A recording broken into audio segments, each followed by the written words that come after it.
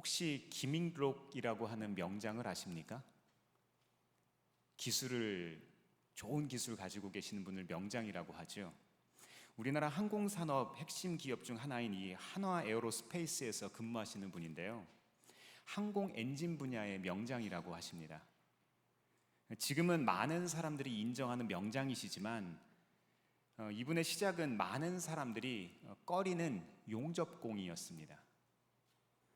일이 고되다 보니까 그만두는 사람도 많았다고 하는데요, 그래서인지 일을 시작한 처음부터 선배들이 잘 알려주질 않았대요. 그래서 옆으로 어깨 넘어서 선배들이 어떻게 일하는지 이렇게 보면서 기술을 익혔다고 이야기를 합니다. 그렇게 어깨 너머로 조금씩 배워가던 어느 날 선배 한 명이 이런 이야기를 하더랍니다. 야, 너는 용접에서 제일 중요한 게 뭔지 아냐? 양심이야. 용접은 작업자만 알 수 있어. 이렇게 얘기를 하더래요.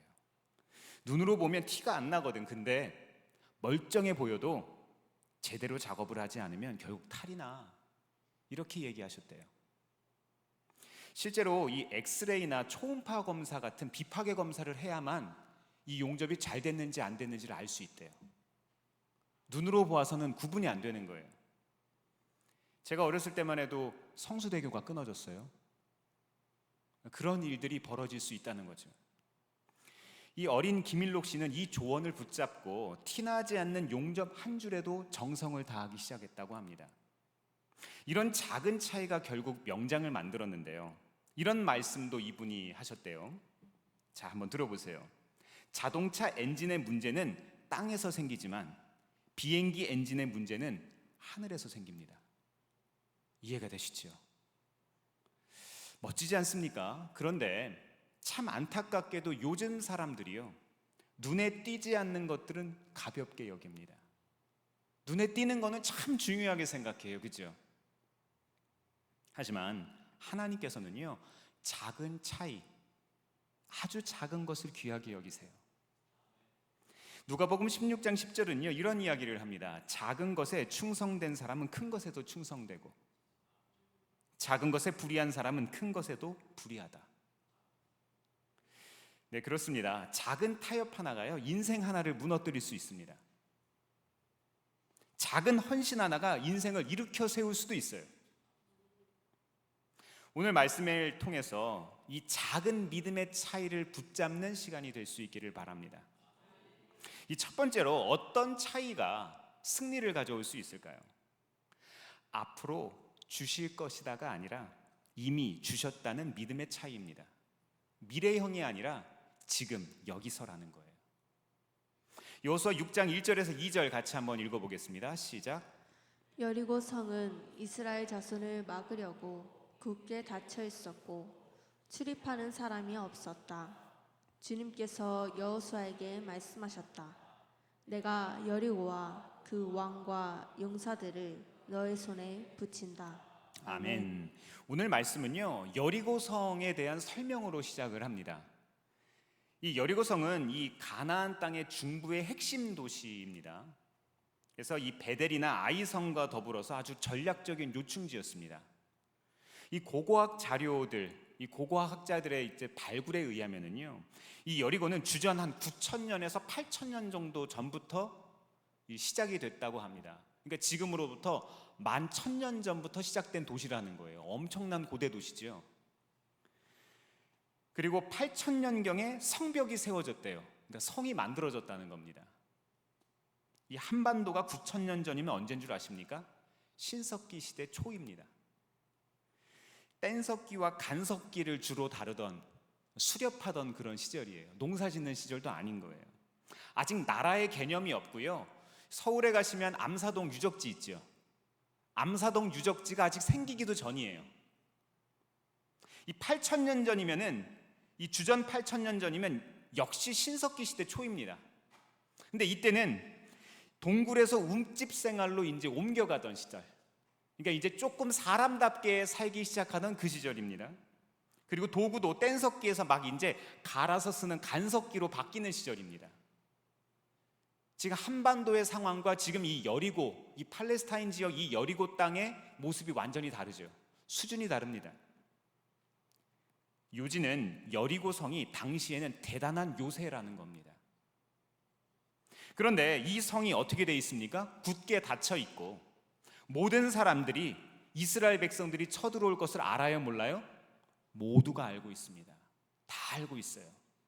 6장 1절 말씀을 보면은요, 굳게 닫혔고 출입하는 자가 없다고 이야기를 해요. 이 1절 말씀의 히브리어 번역인 이 소게레트 우메스 게렛이라는 말을 직역해서 말을 하면은요, 이런 말이에요. 닫았고 닫혀 있었다. 2번 반복을 하는 거예요. 철통같이 문을 걸어서 잠근 겁니다. 아무도 못 들어가요. 들어갈 수도 없고 나올 수도 없습니다. 여리고는 절대로 무너뜨릴 수 없는 난공불락의 성인 거예요. 반면에 이스라엘 백성들은 어떤 상황입니까? 이 사람들 누구예요? 430년 동안 종살이한 사람들이에요. 힘이라고는 가져본 사람들이 아닙니다. 또 가장 최근 40년은 어떤 생활을 했습니까? 광야에서 유랑 생활했어요. 게다가 대규모 군사작전 경험도 없어요. 거의 없어요. 있다고 생각할 수는 있지요.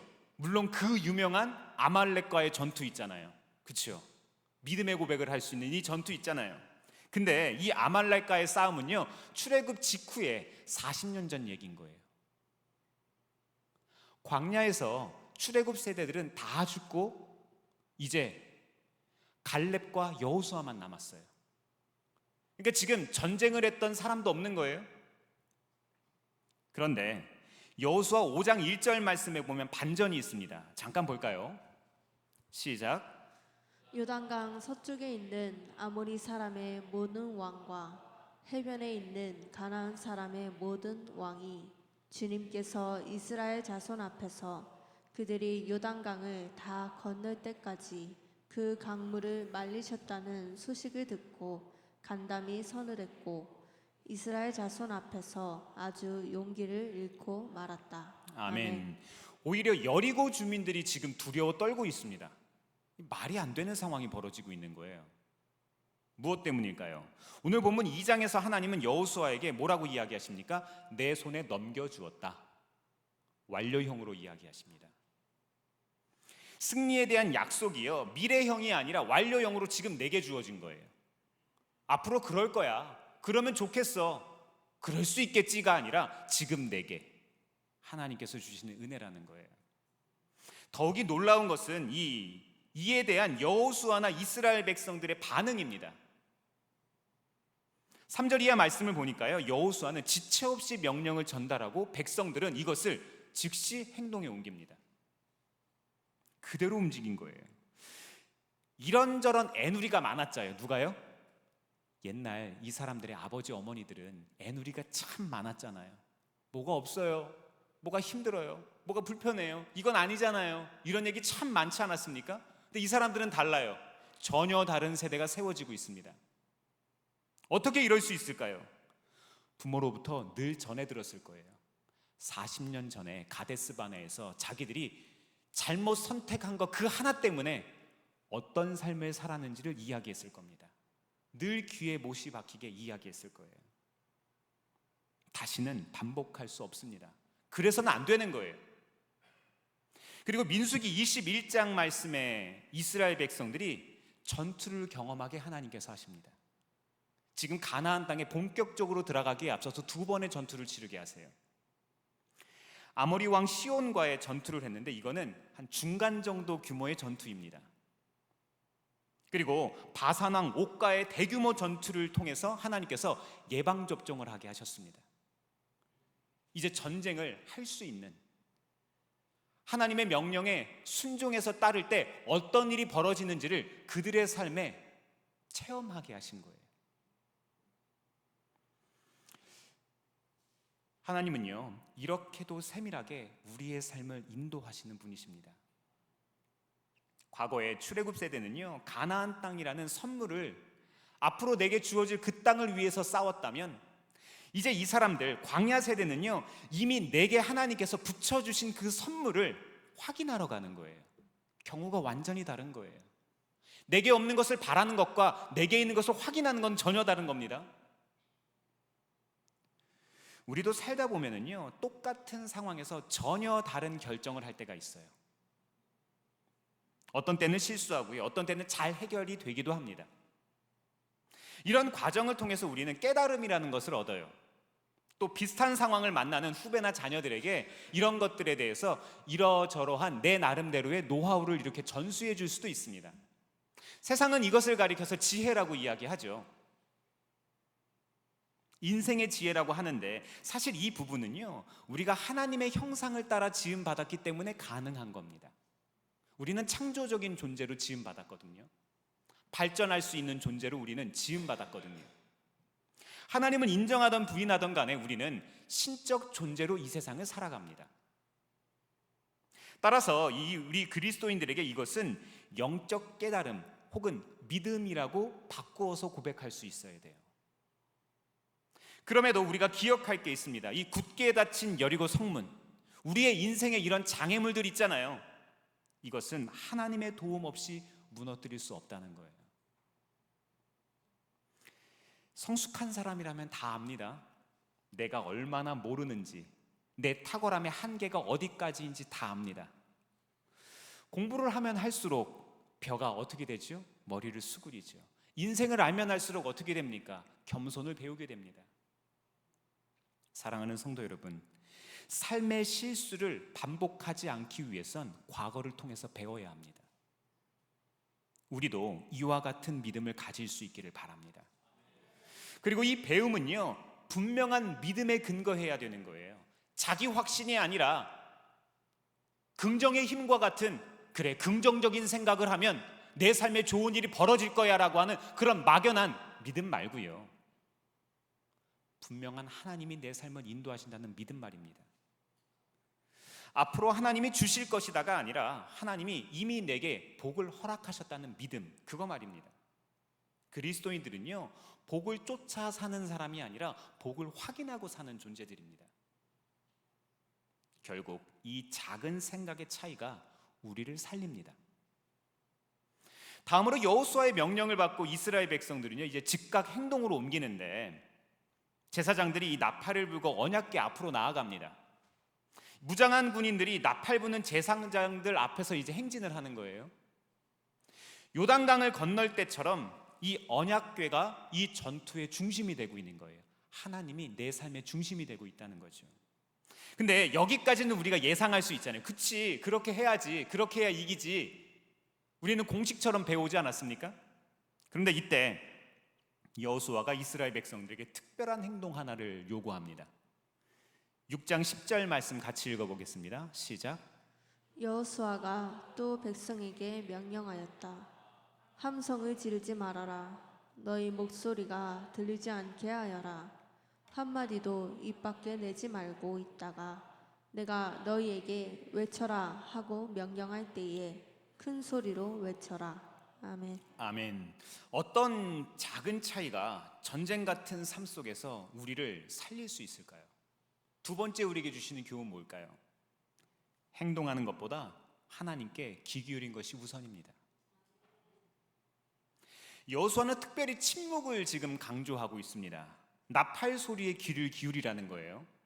이것은 하나님의 임재 앞에서 내 생각과 마음을 맞추라는 거예요. 내려놓으라는 거예요. 잠시 제 이야기를 좀 나눌까 합니다. 지금은 제가 팔아서 정리를 했지만 이전에 제가 가지고 있던 이 기타 하나가 생각이 납니다. 테일러 314C라고 하는 모델인데요. 처음으로 제가 미국산 올솔리드 기타를 사서 굉장히 기뻤어요. 보물 1호처럼 제가 썼던 그런 기억이 있습니다. 그리고 제 수준에는 아주 충분히 넘치는 스펙의 정말 좋은 기타. 검색해 보셔도 됩니다. 얼마인지. 네. 근데 우리 교회 학생들이 이 기타리스트 이근영 선생님을 모시고 교회에서 계속 레슨을 했었거든요. 한 3년 정도 했나 그랬던 걸로 기억합니다. 근데 한참 레슨 받을 때 일입니다. 여기 2층에 있는 로뎀 카페에서 매주 토요일 오후에 한 2시간 정도 기타를 배웠는데 저도 같이 했어요. 이 소파마다 한 명씩 앉아 있고 선생님이 이렇게 한 바퀴 도시면서 레슨을 계속 해주시는 거예요. 연습을 시키고 레슨을 하시고 연습을 하고 레슨을 하고. 근데 마침 그날은요, 각자 레슨을 하지 말고 다 같이 모여서 곡 하나를 가지고 합주를 하자는 거예요. 좋다. 그래서 이제 다 같이 모여갖고 합주를 시작을 했는데 뭔가 기타 소리가 이상한 거예요. 범인이 누구야? 찾았더니 저예요. 분명히 레슨 전에 제가 튜닝을 했습니다. 그리고 제 기타가 어떤 기타라고 했죠? 애들 기타 가격을 다 합쳐도 제 기타 가격이 안 돼요. 근데 다른 기타들과 소리가 안 맞는 거예요. 선생님이 가만히 듣고 계시다가 목사님, 기타 소리가 반키가 다릅니다. 이렇게 이야기하시는 거예요. 키가 다른 거예요. 튜닝이 잘못된 거예요. 다시 보니까 제가 기타를 튜닝할 때 이 튜너를 버튼을 잘못 눌려서 반키를 올려서 튜닝을 한 거예요. 그러니까 줄 6개가 나 혼자 할 때에는 다 맞는 거예요. 왜냐하면 다 같이 높아졌으니까. 근데 다른 정상적으로 튜닝한 친구들과 함께 하니까 어떤 상황이 벌어집니까? 문제가 생긴 거예요. 기타가 아무리 좋아도요, 조율이 잘못되면 아무 소용이 없습니다. 열심히 치면 칠수록 소음만 납니다. 오늘 본문 말씀을 계속 읽다 보면은 이스라엘 백성들의 또 한 가지 특별한 모습이 등장을 합니다. 이 12절 말씀인데요. 잠깐 보겠습니다. 시작. 다음 날 아침에 여호수아가 일찍 일어났다. 제사장들도 다시 주님의 궤를 메었다. 아멘. 이 둘째 날 행진은요, 여호수아가 아침에 일찍이 일어났다는 말로 시작을 해요. 이 여호수아가 이 여호수아서에서 일찍 일어났다는 표현들이 종종 등장하거든요. 계속해서 반복되는 표현이에요. 계속해서 13절 말씀 한 번 더 읽어보겠습니다. 시작. 제각기 수량불 나팔을 든 7 제사장은 주님의 궤 앞에 서서 계속 행군하며 나팔을 불었고 무장한 선발대는 그들보다 앞서서 나아갔으며 후발대는 주님의 궤를 뒤따랐다. 그동안 제사장들은 계속하여 나팔을 불었다. 아멘. 어떤 상황입니까? 여호수아의 개인적인 아침 기도가 이제는 온 백성의 아침 새벽 기도로 바뀌게 되었다는 거예요. 우리도 이렇게 새벽을 깨울 수 있기를 바랍니다. 이 부연 설명을 드리자면요, 이 여리고는 둘레가 약 한 600m 정도 되는 성이었다고 합니다. 그리고 인구는 약 한 1,500명에서 한 2,000명 정도 되는 도시였대요. 14절 말씀을 보니까 6일 동안 아침 일찍 일어나서 여리고 성을 온 백성이 한 바퀴씩을 돈 거예요. 이 적지 않은 길이입니다. 꽤 수고로이 이 사람들이 순종한 거예요.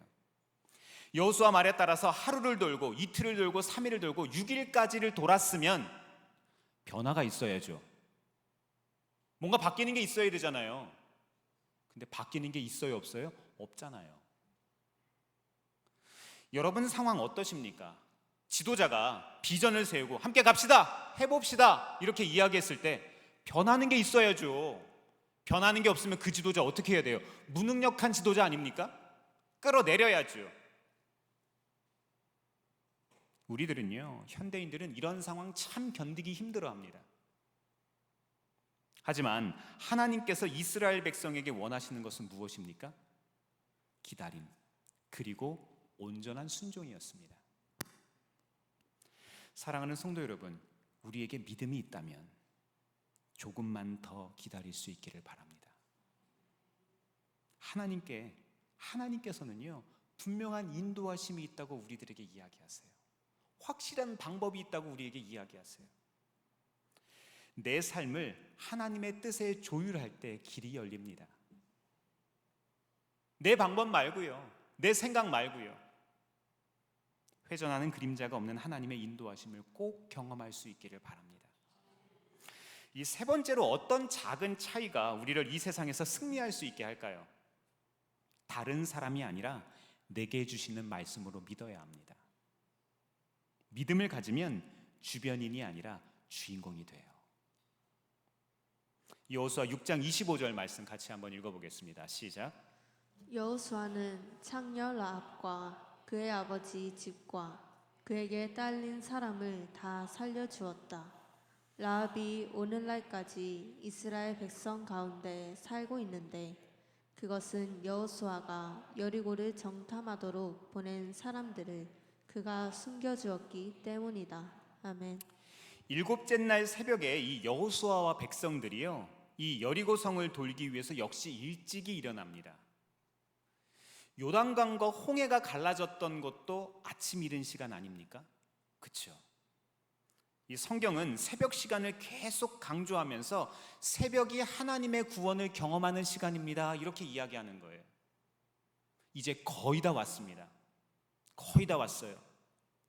마지막 일곱째 날은요, 이전과 다르게 이제 일곱 바퀴를 돌아야 되는 거예요. 계속해서 돕니다. 이어서 제사장들이 나팔을 불고 백성들은 큰 소리로 외치라고 이야기합니다. 근데 한번 생각해 보세요. 이런 듣도 보도 못한 방법 어디 있습니까? 이거 말이 돼요? 한 번도 안 해봤잖아요. 이런 적 없잖아요. 이렇게 하다가 이 전략이 실패하면 이스라엘 백성들은 패배감에 젖어 있을 수밖에 없고 여리고성 사람들은 사기만 복돋아주는 꼴이 돼버릴 수 있어요. 그렇죠? 그런데도 이스라엘 백성들은요, 무모한 명령에 순종합니다. 하나님께서 어떻게 하시겠지, 하나님이 알아서 하시겠지, 이렇게 책임을 전가한 것도 아니에요. 또 하나님께 승리를 바치게 또 제가 여기 있습니다, 나를 앞장서서 가겠습니다, 이렇게 한 것도 아니에요. 그저 하나님의 명령을 믿고 그대로 순종한 겁니다. 이게 전부예요. 대장 김창수 얼마 전에 영화 설교했던 거 기억나십니까? 해야 해서 합니다. 네, 해야 해서 합니다. 해야 해서 한 것이 승리의 공식인 거예요. 이게 진짜 믿음 아닙니까? 저는 이런 태도가 우리 그리스도인들에게 매우 필요하다고 믿습니다. 이젠 좀 서로 솔직해지시죠? 오늘 예배 자리에 오신 여러분들, 예배 오고 싶어서 오셨습니까? 예배 드리고 싶어서 오셨어요? 정말로 예배 자리에 오고 싶어서 오신 분들 계시면 두 손 들고 일어나서 윙크하세요. 저도 가끔은요, 이 설교 자리에 서는 것이 부담스러울 때가 있어요. 특히나 지난주 한 주 동안은요, 교회 일들이 무척이나 몰려 있었어요. 우리 아웃리치 준비도 해야 하고, 교회 곳곳이 조금 바뀐 것들이 눈에 띄는 분들이 계실 겁니다. 환경 개선 공사도 좀 해서 우리 아이들이 예배드리고 하는 공간을 조금 업데이트하고 소그룹들이 함께 할 수 있도록 각 곳을 이렇게 좀 가꾸었는데, 일이 너무 많이 몰려서 설교 준비에 너무 소홀하게 되는 거예요. 그래서 계속 새벽까지 준비하면서 힘들다 이러면서 한 거예요. 어떠세요? 그런데 뭐가 은혜인 줄 아십니까? 이렇게 억지로라도, 이렇게 힘들지만 안 되는 상황이지만 이런 예배도 하나님이 받으신다는 거예요. 이런 사람들의 예배도 하나님께서 가장 귀하게 여겨주시겠다는 거예요. 이게 놀랍지 않습니까? 세상은요, 탁월한 사람들, 대단한 사람들, 이름 있는 사람들만 살아가는 세상 같아요. 근데 하나님의 세계는 그렇지 않다는 겁니다. 또 새벽 기도는 또 어떻습니까? 말이 나와서 말이죠. 저도 새벽 기도만 없으면 목회할 만 하겠습니다. 대체 누가 만든 건지, 왜 한국 교회만 새벽 기도가 있냐고요? 왜? 미국 교회도 새벽 기도가 없는데, 다른 거는 다 미국 따라하면서 왜 새벽 기도는 안 따라합니까? 저 상당히 진지합니다. 근데 문제는 말입니다, 새벽에 하나님이 더 깊이 응답하시더라고요. 내 눈물에, 내 상처에, 내 문제에 하나님의 위로하심과 인도하심을 더 잘 느낄 수 있는 시간입니다. 어느 교회나 성도님들의 한 10분의 1 정도, 한 10% 정도의 사람들이 새벽 기도에 참여합니다. 참 신기하게 그래요. 그래서 저는 거꾸로 새벽을 깨우는 성도님들이 많아질수록 우리 교회가 부흥한다고 믿습니다. 어떠세요? 우리 가정, 우리 교회가 새벽 기도의 영성이 회복될 수 있기를 바랍니다. 라합 이야기를 조금 더 해볼까요?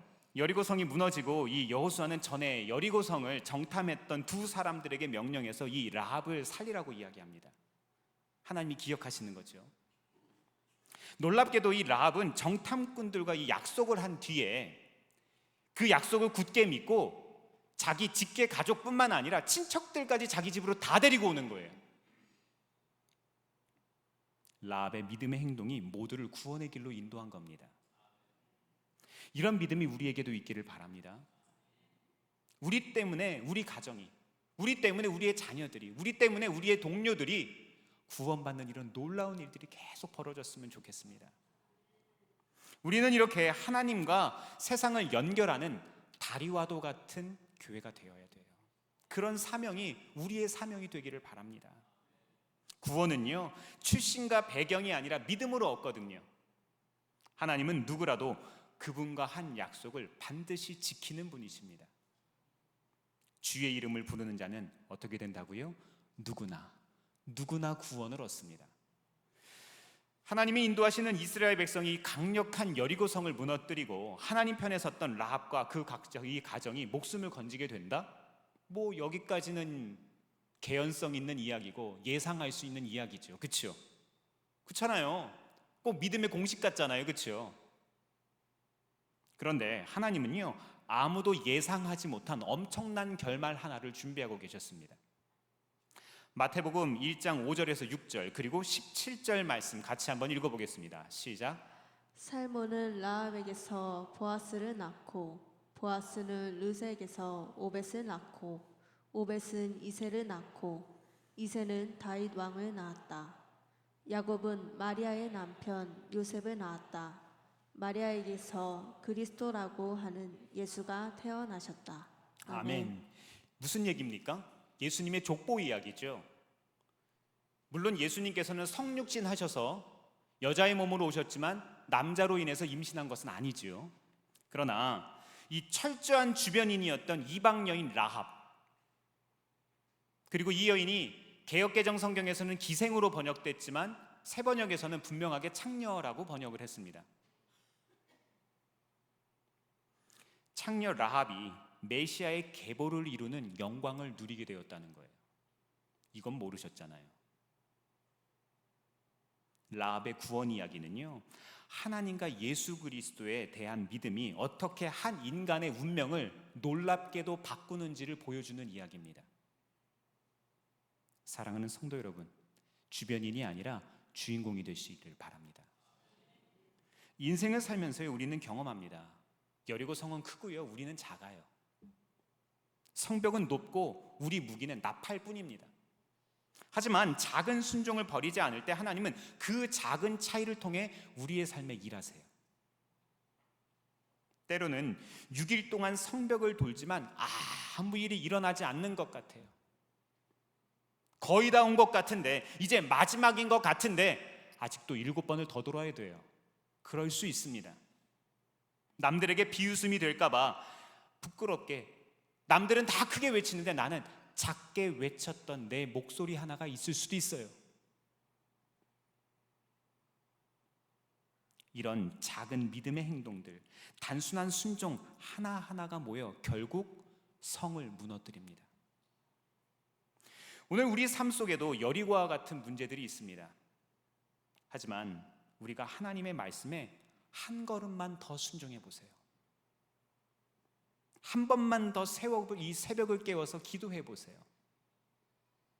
하나님은 그 작은 차이를 통해서 우리의 삶에 큰 변화, 큰 약속을 허락하시는 분이십니다. 이번 한 주 살아가실 때 작은 순종, 작은 믿음, 작은 기도라도 하나님께 올려드릴 수 있기를 바랍니다. 결국 작은 차이가 우리를 살립니다. 기도하겠습니다.